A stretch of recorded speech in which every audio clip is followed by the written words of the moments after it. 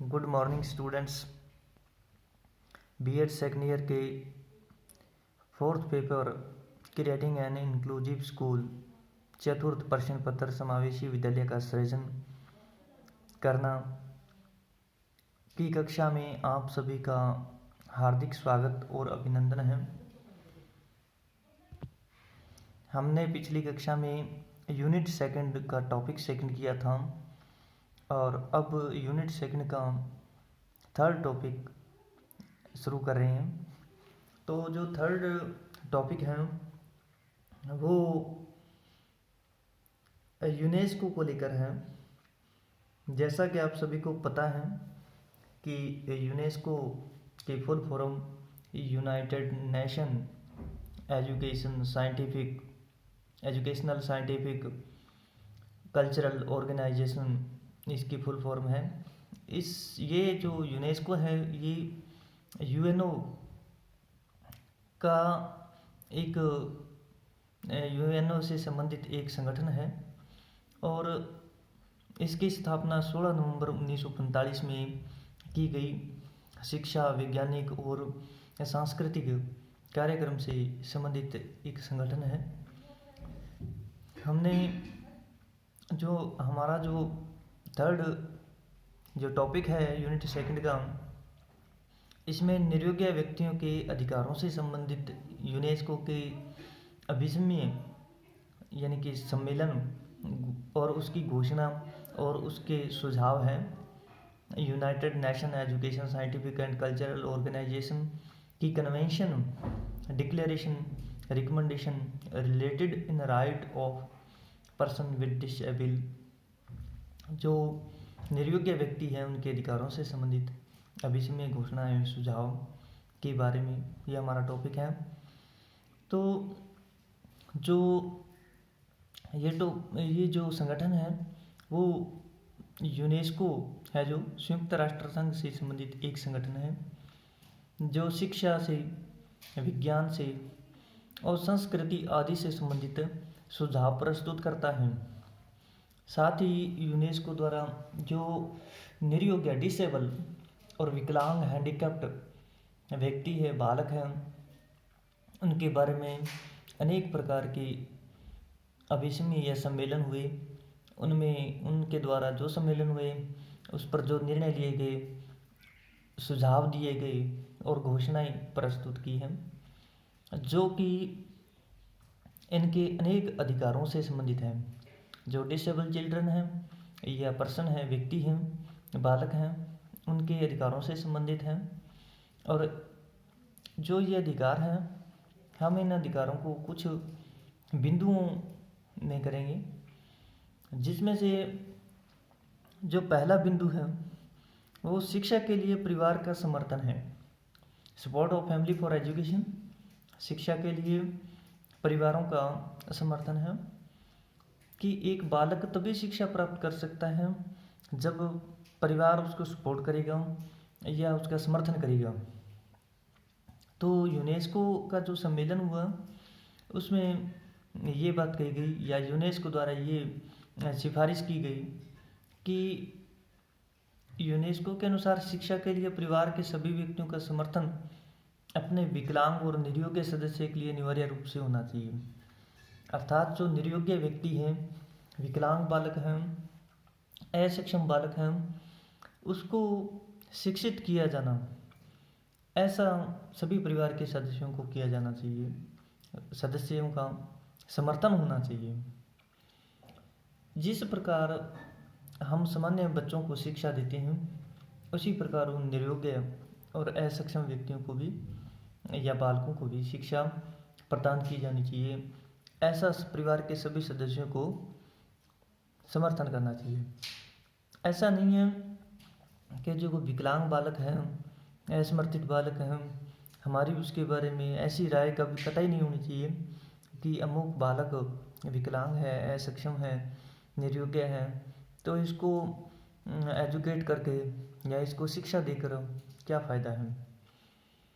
और इस संबंध में जो यूनेस्को का जो समर्थन था या यूनेस्को ने जो रिकमेंडेशन की कि सभी अयोग्य, असक्षम या विकलांग बालकों को शिक्षा प्रदान की जानी चाहिए। और सभी जो यूएनओ के जो सदस्य देश हैं उनको उस संबंध में अपने अपने कॉन्स्टिट्यूशन में कुछ ना कुछ प्रोविज़न होने चाहिए, कुछ ना कुछ सुधार होने चाहिए और उनके लिए विशेष आरक्षण की व्यवस्था भी होनी चाहिए। उससे अधिक विकलांग बालकों के लिए शिक्षा की आवश्यकता है।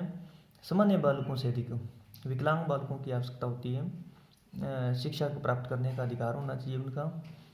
कई सामान्य जो बालक हैं वो तो अगर शिक्षा नहीं प्राप्त करेगा तो भी किसी न किसी प्रकार से लेबरिंग करके या श्रम करके अपनी आजीविका का उपार्जन कर सकता है। जबकि जो विकलांग बालक है उसको शिक्षित होना जरूरी है। जब परिवार में ऐसे बालकों की शिक्षा के प्रति जागरूकता या समर्थन होगा तो निश्चित रूप से बालकों को शिक्षा प्राप्त हो सकेगी। ऐसी बात यूनेस्को द्वारा कही गई थी शिक्षा के लिए परिवार के समर्थन बिंदु के अंतर्गत। दूसरा है समावेशी शिक्षा की व्यवस्था, अरेंजमेंट ऑफ इंक्लूसिव एजुकेशन। तो यूनेस्को के अनुसार असक्षम या निरुद्योग बालकों के लिए उनकी रुचि, उनके इंटरेस्ट के अनुसार, जो असक्षम और निरुद्योग बालक हैं उनकी रुचि के अनुसार, इंटरेस्ट के अनुसार, उनकी एबिलिटी के अनुसार, उनकी क्षमता के अनुसार, योग्यता के अनुसार समावेशी शिक्षा की व्यवस्था होनी चाहिए। ऐसी रिकमेंड की थी यूनेस्को ने। ऐसे छात्रों के लिए परिवारों के लिए आवश्यक है कि वो विद्यालयों में समावेशी शिक्षा के समर्थन करें और विद्यालयों के दरवाजे भी सदैव ऐसे बालकों, असक्षम और निरुद्योग बालकों के लिए खुले होने चाहिए। इन छात्रों को सामान्य छात्रों के साथ ही शिक्षा प्रदान करनी चाहिए और इसके साथ साथ जो सामान्य बालक हैं उनको भी इन निरुद्योग और असक्षम बालकों की मदद करनी चाहिए, उनकी सहायता करनी चाहिए। इन असक्षम निरुद्योग बालकों की शैक्षिक एवं अशैक्षिक आवश्यकताओं की पूर्ति करने वाली भी हो।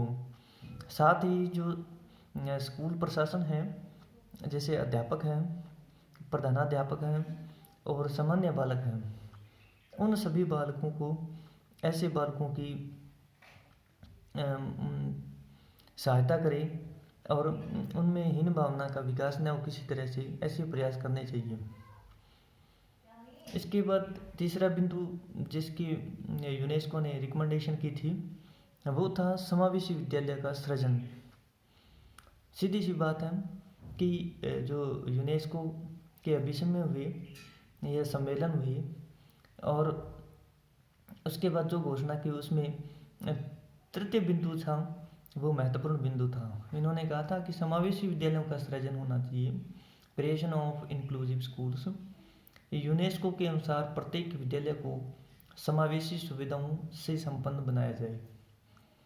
इसके लिए जो निरुद्योग छात्र है, असक्षम छात्र है या हैंडीकैप्ड चिल्ड्रन हैं, उनके अनुरूप सुविधाएं प्रत्येक विद्यालय में उपलब्ध कराई जाए तथा विद्यालय के शिक्षक एवं प्रबंधकों को भी इस प्रकार के छात्रों के स्वागत के लिए सदैव तैयार रहना चाहिए ताकि उन्हें अभी एक महत्वपूर्ण रिसोर्स माना जाए देश के लिए, तथा इनके विकास एवं संरक्षण के लिए पूर्ण प्रयास करने चाहिए। ऐसी बात कही गई है तीसरे बिंदु में। तो जो यूनेस्को के जो सम्मेलन हुआ और उसकी घोषणा में समावेशी विद्यालय का सृजन करना तीसरा महत्वपूर्ण बिंदु था।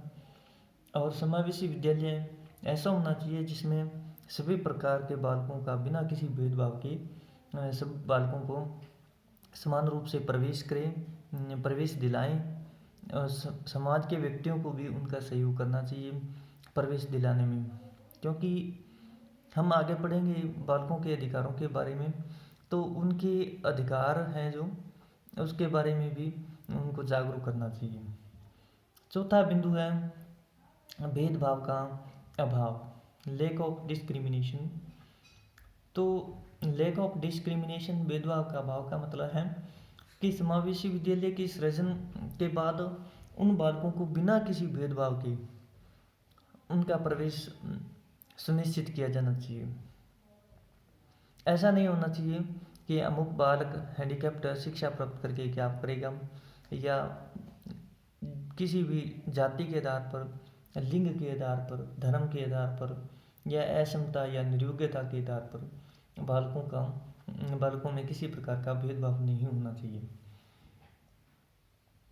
यूनेस्को ने स्पष्ट शब्दों में घोषणा की कि निरोग्य या विकलांग बालकों के साथ किसी भी प्रकार का भेदभाव किसी भी स्तर पर नहीं किया जाना चाहिए, चाहे वो उच्च शिक्षा प्राप्त कर रही हो, चाहे प्राथमिक शिक्षा या माध्यमिक शिक्षा प्राप्त कर रही हो, किसी भी स्तर पर उनमें भेदभाव नहीं होना चाहिए, जिससे उनको अपनी विकलांगता या निरयोग्यता का अनुभव न हो।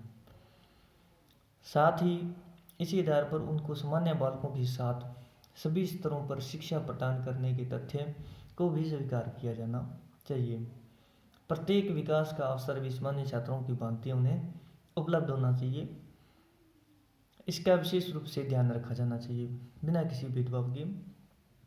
हर प्रकार की शिक्षा के साथ साथ जो को करिकुलर एक्टिविटीज होती हैं उनमें भी उनको पार्टिसिपेट करने के लिए प्रोत्साहन दिया जाना चाहिए।